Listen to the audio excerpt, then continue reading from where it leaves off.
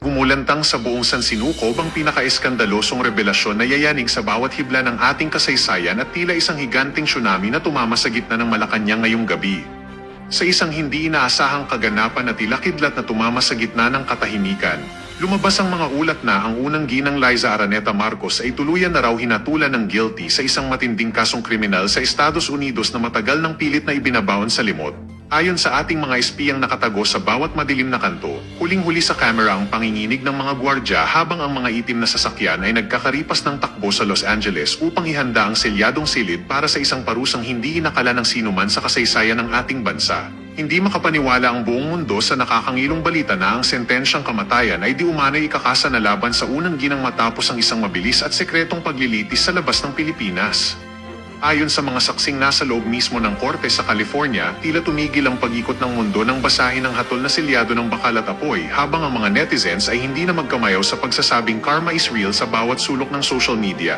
Ang bawat pasilyo ng kapangyarihan ay nababalot ngayon ng matinding kaba at sindak dahil ang bawat plano at sabwatang pilit na itinago ay tila naging abo na lamang sa harap ng bagsik ng batas ng ibang bansa na walang sinasanto at walang kinatatakutan. Ito na nga ba ang huling kabanata ng isang matikas na paghahari o ito ay simula lamang ng isang madugong labanan sa hustisya kung saan wala ng sino mang itatangi sa lupit ng tadhana at ng nagising na katarungan? Wala nang kukurap at wala nang bibitiw dahil ang bawat segundo ay tila isang dekada ng paghihintay kung kailan tuluyang aamin ng administrasyon sa nakapanlulumong kaganapang ito na ngayon ay bulgar na sa buong sansinukob. On his thoughts sa itinatakbo ng proceedings sa Justice Committee?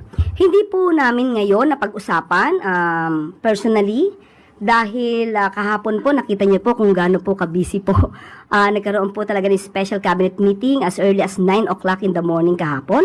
At yung pong pagpapatawag ng Pangulo na isang press con ay biglaan din po yun dahil kinakailangan niya pong magulat sa ating mga kababayan. So sa ngayon po ay hindi po namin napag-uusapan ang patungkol sa hearing sa Committee on Justice regarding sa impeachment complaint laban kay Vice Presidente. Ms. Claire, how closely is the President watching the proceedings? Or would you say, is he very much interested in the outcome? Or is he indifferent since, as you've been saying, he would like the process to take its course? Hindi po makikialam ang Pangulo kung ano po mangyayari at magaganap sa hearing sa impeachment complaint laban kay Vice Presidente. Ang tanging nais lamang po niya ay masunod ang proseso, masunod ang konstitusyon, at makita kung ano man ang ebidensya at kung may dapat na managot, managot. Hanggang dun lamang po. Salamat po. Sunod na tanong, Let Narciso, DZRH. Good morning, Yusek. Ma'am, lumusot na po sa komite sa Kamara yung anti-political dynasty bill. Pero may ilang mambabatas na binawi yung kanilang suporta, umatras sa co-sponsorship. Dahil hindi sila sang-ayon dun sa bersyon na ipinasa. Actually, ang sabi ni Congressman Erice ay nambobola lang si Presidente na priority measure itong anti-political ito pinakahihintay ko yung kay Congressman Erice. Sasagutin nito ni Auntie Claire. Dynasty bill. Ano pong reaksyon ng Malacanang? Bakit naman po kay Pangulo isisisi? Kung ayaw niya ng version sa House of Representatives, di sa pagka nagkaroon po ng pagdebate, debatihin niya po munang mabuti. Ilabas niya na lahat ang kanyang talino. At kung anong kahihinatnan niyan, hindi naman po siyang mag-isa lang ang magdidesisyon niyan. Ang nakakapagtaka po dito kay Congressman Erice, parang lahat na lang ng kasalanan sa mundo, isinisisi niya sa Pangulo. Dapat lang. Kanino natin isisisi? Anak ng toko, lahat ng nangyayari sa Pilipinas ngayon, kasalanan ng amo mong bangag. Alam nga naman KPH update mo isisi yan. Ano bang ginawa ko sa iyo, madam? Wala ako dyan. Di Marcos Jr. lahat yan. Di ba? Anti-political dynasty, puro kabalbalan ng laman. Di ba? Hindi pwedeng ganoon. Mahiya naman kayo statement tapos nakakulong lang si Diskaya at si Bong Revilla. Asa na yun? Di nga wala pa akong nakita ang nakakulong doon sa mga nasa pangalan ng mga ex-marine. Sa bagay, next administration. Simple lang, kung gusto nyo makulong yung mga nagnakaw sa sambayan ng Pilipino ng trilyon, iupo natin si BP Sara sa 2028. Trabaho po ni Yan, nakaduro na si BP Sara. Hindi naman kayo iduduro ni BP Sara ang ganyan kung... Silang gumawa ng batas. Hmm. Kaya trabahuhin niya po iyan kung anong gusto Yan, niyang version. trabahuhin mo yan. Ma'am, nabanggit niyo po dati na nag-usap si Presidente at si ES Recto doon sa posibleng mga probisyon na laman nitong bill na ito. Ano po ba yung gustong ma-achieve ng Presidente at ginawa niyang prioridad itong anti-political dynasty? Katulad ng aking sinabi, yung pinakahuling LEDAC meeting po, yung po talaga ang inuna niya, na gusto niya po itong maipasa. At natuwa nga po siya na umaandar po ito at nung nag-report nga po si si Senator Riza Ontiveros na nagkakaroon na ng public consultation, ang nais lang po talaga ng Pangulo ay mapabilis. At kung ano ang pinakamagandang batas para sa anti-political dynasty bill or rather law, yan po ang nais ng Pangulo. Last na po. May nabanggit po ba siya kung anong level of consanguinity? Wala pa po at pinag-aaralan kung second or fourth. O depende po yan sa magiging version. Ang Pangulo naman po ay pag-aaralan kung ano ang pinakamainam na version at total naman po ay manggagaling ito sa Kongreso. So kapag ka po ito nabuo at naipasa po sa Pangulo, yan po ay pag-aaralan. Para po sa waling katanungan, Chona Yu, DZRJ.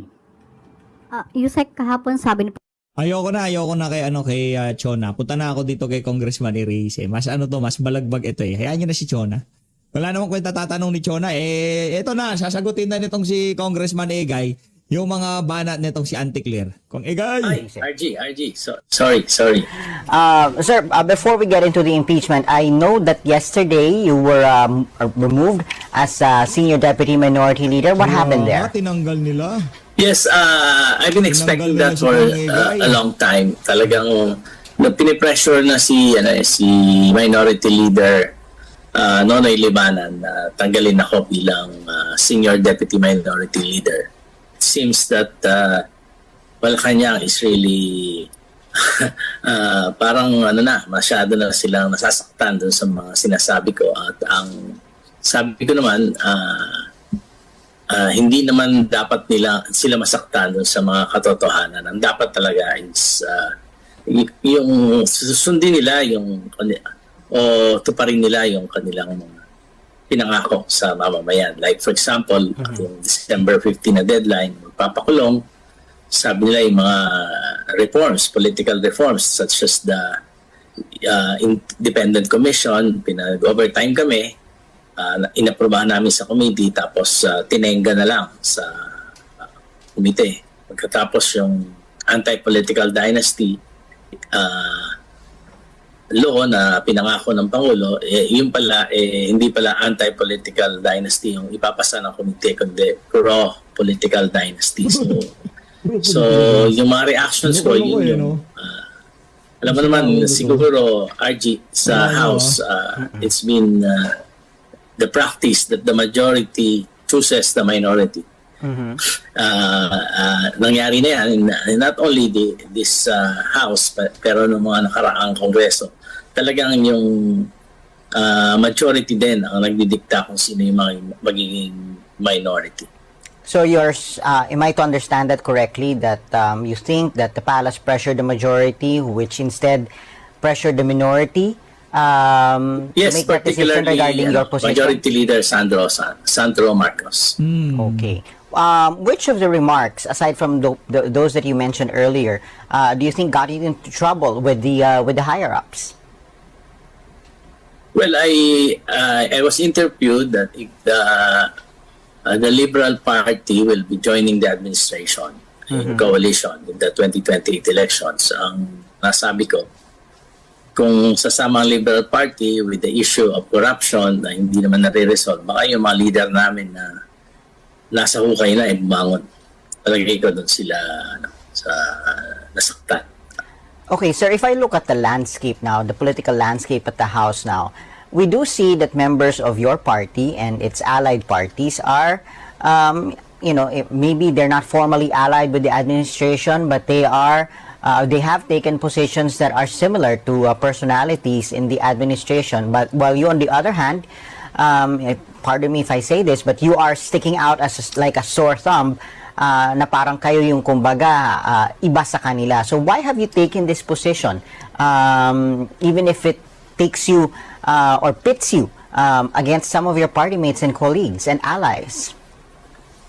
Well, nagkakasundo naman kami sa Liberal Party. In fact, last night, meeting kami. Parang ako nakikita ko dito kung Ega, hindi kayo nagkakasundo. Bakit ka mo? Yung inyong isa sa mga haligi, pwede natin siguro tawaging haligi ito si Drilon, di ba? Isa sa mga haligi ng Liberal Party, bukas siya sa pakikipag-alyansa sa administrasyon sa 2028 presidential election. Mas malaki daw magiging tsansa kung kung tawagin nila sarili nilang United Opposition, makikialyado dito sa Bangag Administration. United Budol Opposition, makikipag-alyado dito sa United Bangag Administration. Hindi. At nagkasundo kami na lahat ng mga authors ng anti-political dynasty within the party will be withdrawing our names as co-authors of the anti-political dynasty bill. Pagdating naman sa impeachment ni President Marcos, bumoto naman yung iba naming kasama. Katulad ko na bumoto sa sufficiency and substance. At sama-sama din naman kami. In fact, Congresswoman De Lima and I filed a petition before the Supreme Court questioning the unprogrammed appropriations. Siguro mas vocal lang ako sa opposition sa Marcos administration, especially hindi naman ako dating ganito, kaya lang nung nakita ko yung pinag-aralan ko yung budget ng 2023, 2024, 2025, unprecedented kasi yung nangyari na yan. 1.45 trillion. Talagang ninakaw Ninakaw talaga yung pera natin. At ang epekto nito, nakita mo naman, siguro yung economy natin, bumabagsak yung ating GDP, 4.4%. At ang malaking dahilan nito, yung kawalan ng solusyon dito sa pinakamalaking, the greatest heist in the history of national budget in infrastructure. So, I think yung ibang kaalyado namin, mas galit sila sa Duterte administration, and I can understand. Ako rin mismo, during the Duterte administration, I was the first one who spoke against the war on drugs. And in fact, yung nagpa-persecute sa kanila ngayon sa administration, sila yung nag-enable kay Duterte. Even President Marcos enabled the Duterte administration during his time. Even Speaker Martin Romualdez was the majority leader during the time of Duterte. So ako very consistent lang. I'm not Marcos, I'm not Duterte, I'm a liberal party. Ngayon, if the Liberal Party will join the administration, then I cannot join them because I will be in the opposition. Yun ba talaga ang pag nagsama ang liberal at ang administration, ang magiging opposition ay yung mga Duterte. Sir, yun ba talaga ang direksyon ng Liberal Party, yung sumama na sa Marcos administration? Wala namang desisyon na ganyan. Wala namang desisyon. In fact, we are so smaller party that we don't have until now, we have no definite candidate for the 2028 elections. Okay, going back to that point, bakit mas nangingibabaw? Why do you think, for some of your colleagues, mas importante yung opposition nila to Duterte than opposition to the administration? Despite the history between the ideological history and the ideological divide between the party leaders and the party the forebears, the ancestors kumbaga in your party and the Marcoses.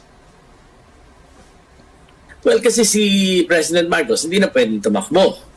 Si Vice President Duterte, nakita naman natin na siya ang frontrunner ngayon. So I think it's because of the 2028 elections. Pero naman sa akin, kung palulusutin naman natin itong 1.45 trillion na ito na parang sindikato ng gobyerno, because of all the information that I got, maybe yung ibang mga kasama ko wala yung mga information, nakukuha ko, na nakikita ko, siguro mas pero nakita ko, grabe, parang naging sindikato na yung gobyerno ngayon. At sabi nga ni Professor Winnie Monson, ang pinakamalaking nakawan na nangyari sa Pilipinas noong panahon ni President Marcos Sr. at ang sumusunod ay yung panahon ni President Marcos Jr. Okay, So I sir. cannot be part of that. Okay, sir, balikan naman natin yung impeachment. Where do you stand insofar as the impeachment of Vice President Sara Duterte is concerned? Are you with your party mates and in that position that being against the Vice President and the possibility of a Duterte comeback in Malacanang is more important than and winning the election in 2028 is more important than what you were talking about just now, which is cracking down on corruption? Yes, I would decide on the merits. I intend to vote I voted for the sufficiency in form. I intend to vote on the sufficiency of substance of the complaints, of the 2 remaining complaints. Pero masama, tinanggal na nila ako. So as senior deputy minority leader, I will no longer have any membership in any committee in the House. So hindi na ako pwedeng bumoto. Boboto sana ako ng may sufficiency in substance. At nabasa ko naman yung complaints, yung 3rd and 4th complaint.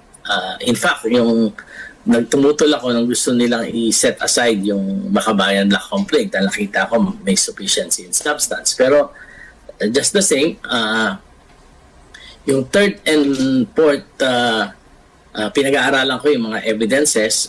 Mayroon ako mga opinions, pero I would reserve my comments after the Vice President kasi she will be given 10 days to respond to the allegations, and the complainants will be given 3 days to respond for a rejoinder to the respond of the Vice President. So babasahin ko lahat yun at doon ako magde-decide. Not as a committee member, pero doon na sa plenary kung magkakaroon na ng voting. But that is assuming that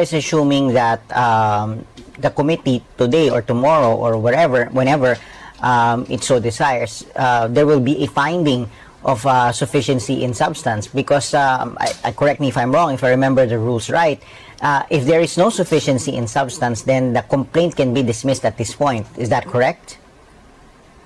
Yes, but I am sure there's sufficient substance in the complaint. So I think both the majority and the minority will, except for a few, will vote for the sufficiency in substance. I'm very sure of that. So do you think there are enough numbers to find the remaining complaints sufficient in substance? Yes. Okay. Let's talk about the political landscape now in the House. These complaints were filed without 1/3 to automatically transmit it to the Senate for trial. Yes. What does that tell you insofar as the temperature in the room, insofar as the mood of all the congressmen who need to decide on this when the time comes, insofar as their mood for this impeachment? Is there an appetite for an impeachment at this point, specifically for the Vice President, especially after that she declared her intention to run for the presidential elections in 2028? This is a political process. So I think the impeachment complaint will be supported by at least more than the one-third numbers required, which is about 105. Tingin ko mas madami pa doon yung boboto na i-transmit ito sa Senate. Pero hindi na nito makukuha yung dating 200 plus na there are many variables. One is, of course, the evidences. So yan yung makikita natin. Pangalawa, it is very apparent that the Iglesia ni Cristo doesn't support any impeachment proceedings, whether with the President or the Vice President. At since elections is nearing, so kapag ikaw ay bumoto na for the impeachment of BP Sara or the President, malamang hindi ka suportahan ng Iglesia. At sa mga Iglesia vote-rich communities, districts, palagay ko, magdadalawang isip kung sino man yung... So given that situation, so saan manggagaling yung 1/3 na yon? Well, I think merong enough support doon sa lakas at doon sa yung mga talagang nag-push na wala na talagang kumbaga nasubo na sila. For example, yung mga Quadcom, yan yung mga and some congressmen from the north. Okay, so but even then, even if it, meron kang sinasabing ganyan na pwedeng pagkuhanan ng 1/3, nasan sila nung simula? Bakit hindi na sila na lang nag-file at pumirma nung simula pa lang para nagdire-diretso na to sa Senado? I think the plan of the complainants now and the leader and some of those who are pushing for the impeachment of Vice President Sara is to really conduct a mini trial and siguro gusto nila ipakita ko na talaga may kasalanan para sa ganon pag sa Senate makapag-gather ng enough. Saka hindi para yung pressure malipat sa mga senador na dapat kung trinabaho namin siya House of Representative yan. Hindi nyo naman basta-basta hindi nyo basta-basta pwedeng i-acquit yung si VP Sara dyan sa impeachment court. Basa ho natin. Alam ko yan kung Edgay, huwag kang mag-alala ha. Alam din na sambayan ng Pilipino yan. Nababasa nila yung mga galaw na yan ng mga kasama mo sintu-sintu dyan sa committee na enough support from the public at magkaroon ng public pressure sa Senate to impeach to convict the Vice President. So palagay ko yung mini trial yun yung kanilang purpose niyan. Is there a leadership position by the House leadership insofar as the impeachment is concerned? Are the Speaker and the Majority Leader endorsing it or for it, or are they gathering votes for it, or is anybody in the leadership, are you aware, are they gathering votes for it? Well, ako ang sa tingin ko the Marcoses cannot afford a Duterte presidency because of this corruption issue. If Vice President Sara Duterte will win the 2028 elections, I think there are only two options for the Marcoses. One is to go to jail or to go on exile. So they will do anything to stop the presidency of Vice President Sara Duterte. So ibig sabihin, Congressman Egay, nagkakasundo tayo doon sa punto na kung gusto natin talagang mapanagot yung mga may kasalanan dito sa nakawan na to sa ating bansa, kailangan natin iluklo ito si VP Sara. Okay, but going back to the possible alliance with the Liberal Party and its allied colored party, do you think that if in case they are successful against the Vice President and she is eliminated from the presidential elections of 2028, do you think that the Marcos administration is safer with let's say a Liberal Party or a candidate chosen by the Liberal Party and its allies? They cannot trust also the Liberal Party.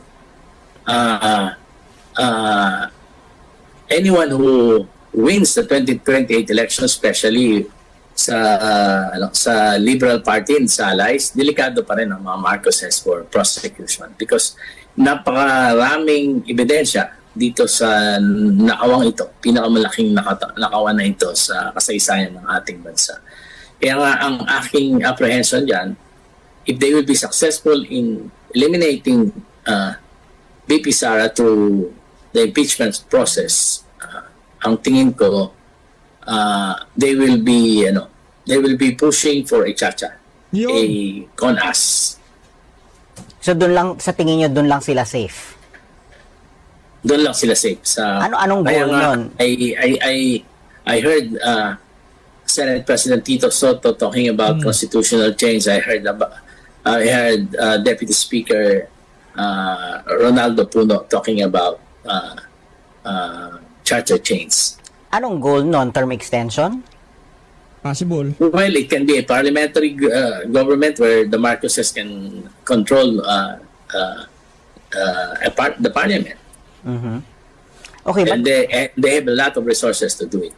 okay, but going back to what you were mentioning earlier about a mini trial. So, kung merong 1/3, why go for a mini trial? Why not elevate it straight to the Senate for trial? Di ba mas Because mabilis yun? they are not still sure if they have the numbers in the Senate.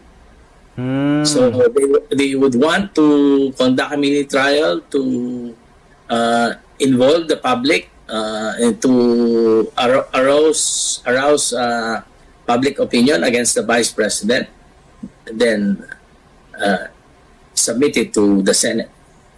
So kumbaga parang nag-aantayan yung or inaantay ng ilang mga kasamahan ninyo kung magkakaboto sa Senado bago